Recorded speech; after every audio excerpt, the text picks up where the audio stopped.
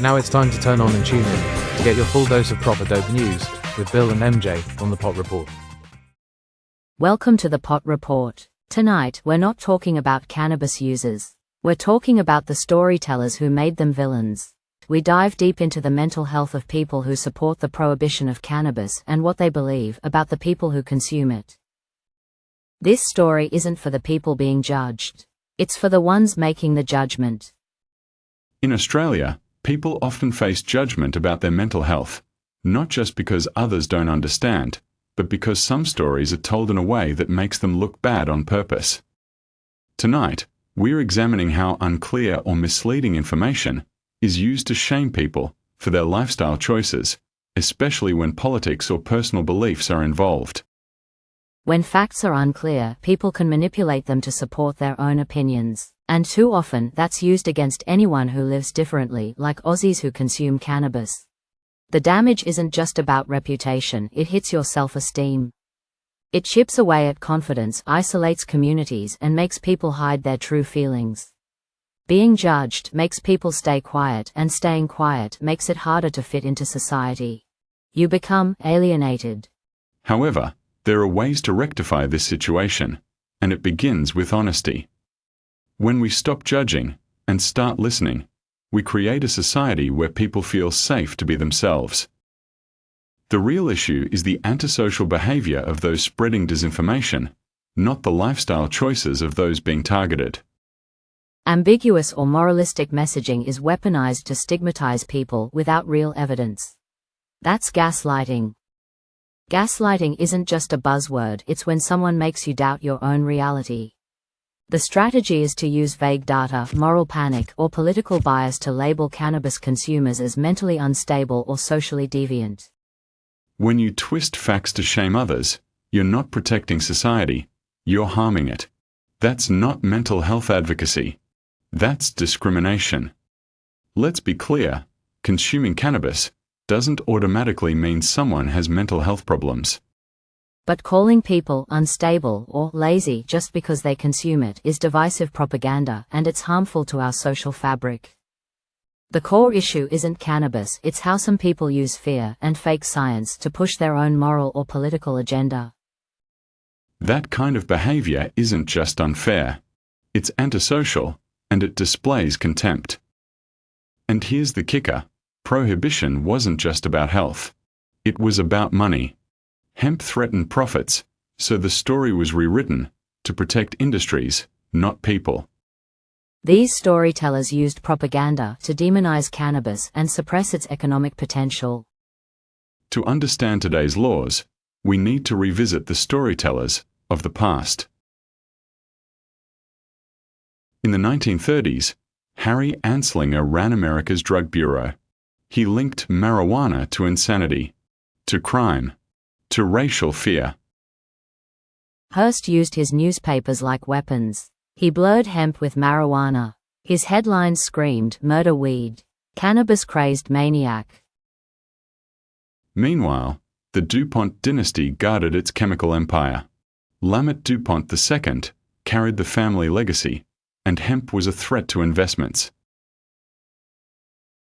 Yesterday it was hemp. Today it's green tech, fossil fuel lobbying, agribusiness dominance, and algorithms are choking independent voices. The tools changed. Headlines became data. Propaganda became algorithms. But the rules stayed the same. Control the story, control the market. Before prohibition, cannabis sativa, hemp, ganja, marijuana was more than a plant. It was a threat to business profit. Competition to Hearst's timber empire, DuPont's synthetic nylon, and Standard Oil's fossil fuel monopoly.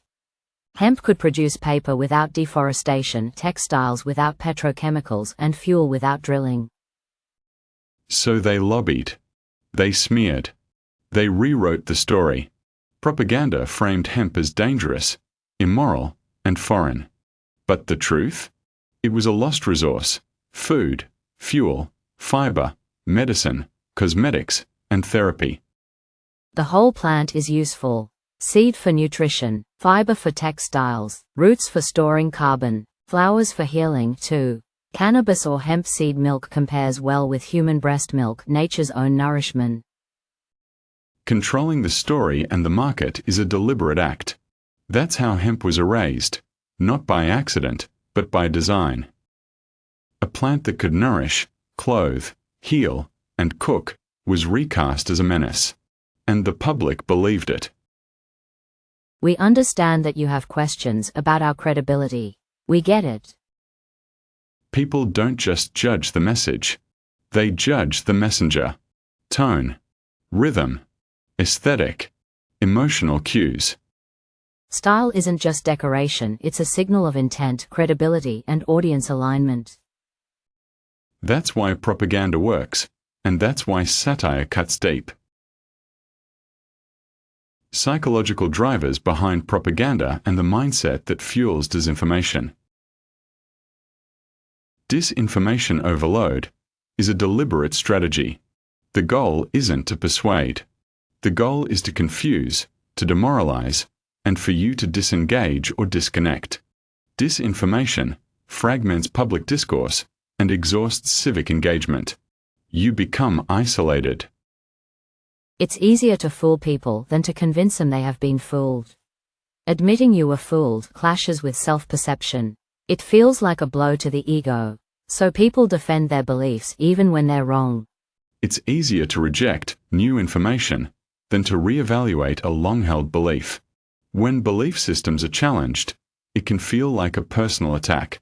Beliefs can remain unchanged, even when evidence suggests otherwise. Disinformation exploits this attitude. It reshapes belief to achieve a desired outcome. Once beliefs are established, people resist contradictory evidence. They avoid internal conflict by ignoring what doesn't fit with their own version of reality.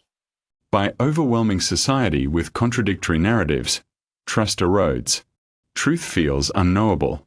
Participation feels futile. People give up.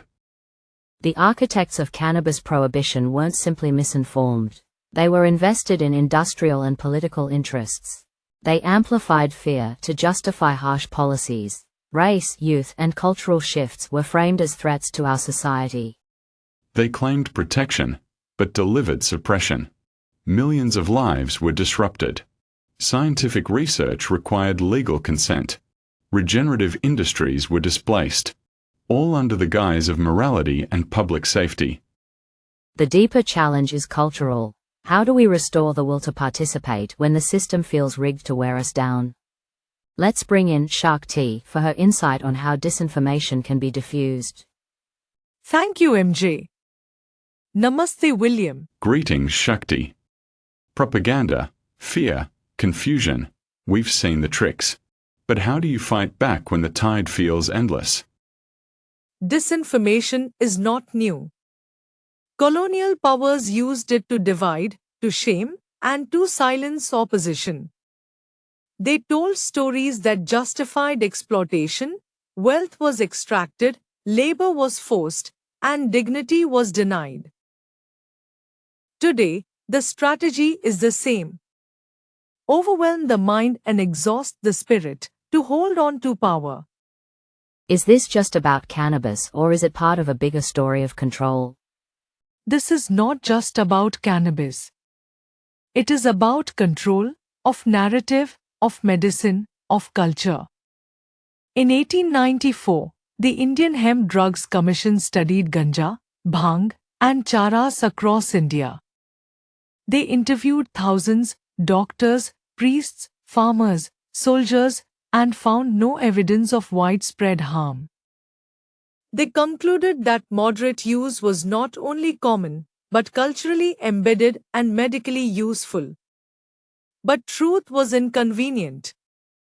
In the 1920s, cannabis was quietly removed from the British pharmacopoeia. Not because it failed, but because it didn't fit the new industrial model. Synthetic drugs were rising. Colonial powers wanted uniformity, control, and profit. So they erased the plant from medicine and deleted it from memory. Then came the treaties. In 1925, cannabis was added to the International Opium Convention. By 1961, the single convention on narcotic drugs had buried it under global prohibition. Western powers signed away its healing legacy, not with evidence, but with fear. So yes, MJ, this is a bigger story. A story of how control is maintained by silencing tradition, rewriting science, and criminalizing nature. So if the truth was buried, how do we dig it up? History teaches us resilience. Stories can heal as well as harm. When we listen deeply, when we question gently, when we share openly, disinformation loses its grip. The antidote to disinformation is solidarity and truth spoken with courage. So the cure isn't louder shouting. Instead, it's wiser hearing and better listening. And collective courage, because one voice can be silenced but many voices can't, so we need to stick together. Like-minded people must unite. Not in anger, but in clarity. Not in division, but in shared purpose. Together, we reclaim the narrative. Together, we overcome disinformation and restore some dignity. We hear you, loud and clear. Thank you, Shakti. Thanks for sharing your knowledge, Shakti. Bless you. Thank you, MJ. Thank you, William. See you next time. Well, that was a ride. From propaganda to pharmacopoeia, from colonial spin to cultural truth, we've covered some ground. We've seen how disinformation works. It rewrites history, buries science, and distorts culture. But we've also seen how truth survives in stories, in soil, and in solidarity. Shakti reminded us that this isn't just about cannabis. It's about control and how we reclaim it.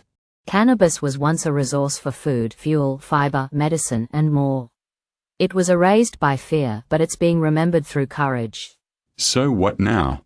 What do we do with all of this? We listen, we question, we share, we challenge the narrative not with noise but with knowledge. And we stand together, because truth isn't a solo act. It's a chorus.